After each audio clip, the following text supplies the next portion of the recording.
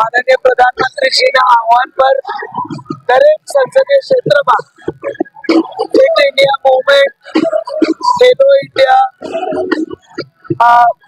બધા જ સરકારના જે યુવાનોને રમત તરફ પ્રોત્સાહિત કરવાના સંકલ્પો છે, પ્રયત્ન છે, એને વધુ વેગ આપવા માટે દરેક સાંસદ પોતપોતાના સંસદીય ક્ષેત્રમાં સાંસદ ખેલ મહોત્સવનું આયોજન કરે એવું આહવાન કરવામાં આવ્યું હતું. અને આ સતત બીજી વખત જામનગર સંસદીય ક્ષેત્રમાં આપણે ખૂબ જ સફળ સાંસદ ખેલ મહોત્સવનું આયોજન કર્યું, જેની શુભ શરૂઆત આપણે 23 સપ્ટેમ્બર એટલે 23 સપ્ટેમ્બરમાં એને લોન્ચ કર્યું.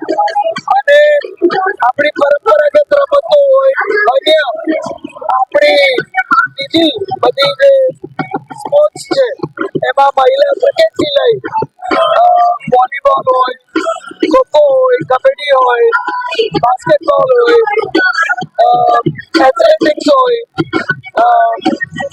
મ્યુઝિકલ ચેર હોય, આ બધી જ રમતો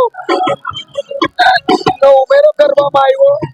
અને 25 ડિસેમ્બરે એ બધી જ રમતોનું સમાપન આપણે માનનીય પ્રધાનમંત્રીશ્રીની વર્ચ્યુઅલ ઉપસ્થિતિમાં આપણે કર્યું.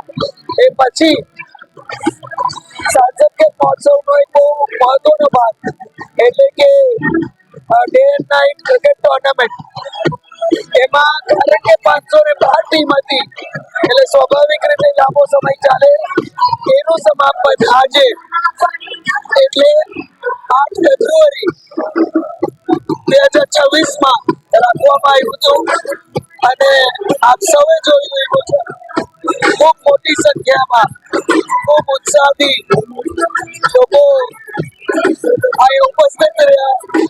અને એક રોમાંચક મેચ બને રામગઢ 11 અને ખપાડિયા કિરમાની 11 વચ્ચે થયો. 512 ટીમો વચ્ચે આ બે ટીમો ફાઇનલ સુધી પહોંચી.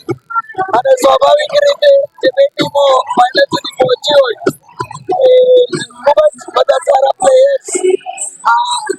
આજે આપણે એમનું ખૂબ સુંદર પ્રદર્શન પણ જોયું. લોકોમાં ઉત્સાહ, સમર્થકો અને જામનગરના ક્રિકેટ પ્રેમી જે નાગરિકો છે ખૂબ મોટી સંખ્યામાં